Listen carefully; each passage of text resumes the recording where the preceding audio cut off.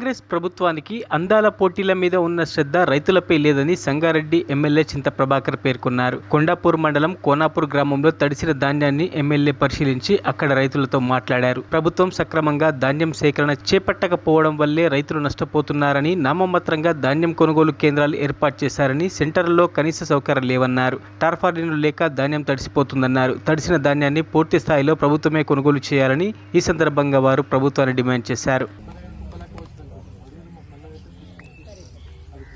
జొన్న పంటలు కూడా చాలా నష్టపోయింది. ఈ మొక్కలు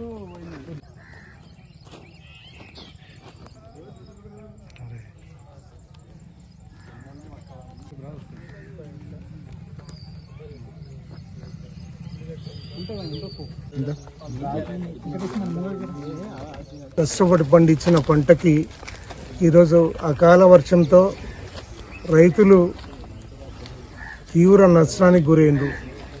ఈ మండల్ మొత్తంలో 283 ఎకరాల మొక్కజొన్న, ఈ ఒక్క గ్రామంలోనే సిహెచ్ కోనాపూర్లో 80 ఎకరాలు మొక్కజొన్న పంట మొత్తం నేలపాలైపోయింది.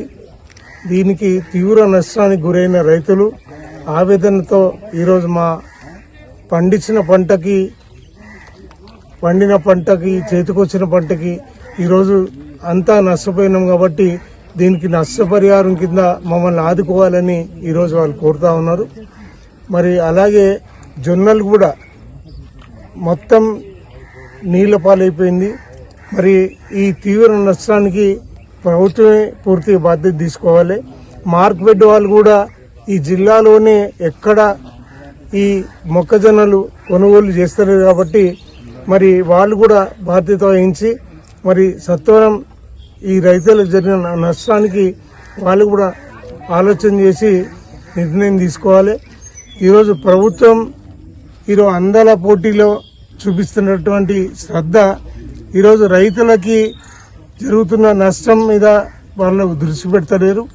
మరి ఈ తీవ్ర నష్టానికి సత్వరం చర్య తీసుకోవాలని చెప్పి మేము అధికారులను కూడా కోరుతా ఉన్నాం.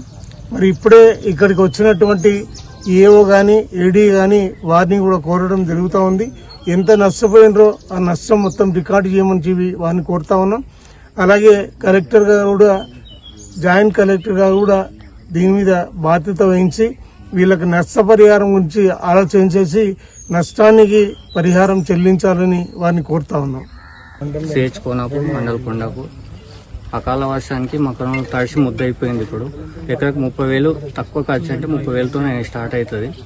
అమ్ముకుంటే ఒక 60-70,000 వచ్చేది. అలాంటిది ఇప్పుడు మొత్తం నష్టపోయినాము. ఈయన పెట్టుబడి అప్పుగా మిగులుతుంది. మళ్ళా గవర్నమెంట్ కొనాలని కోరుకుంటున్నాం.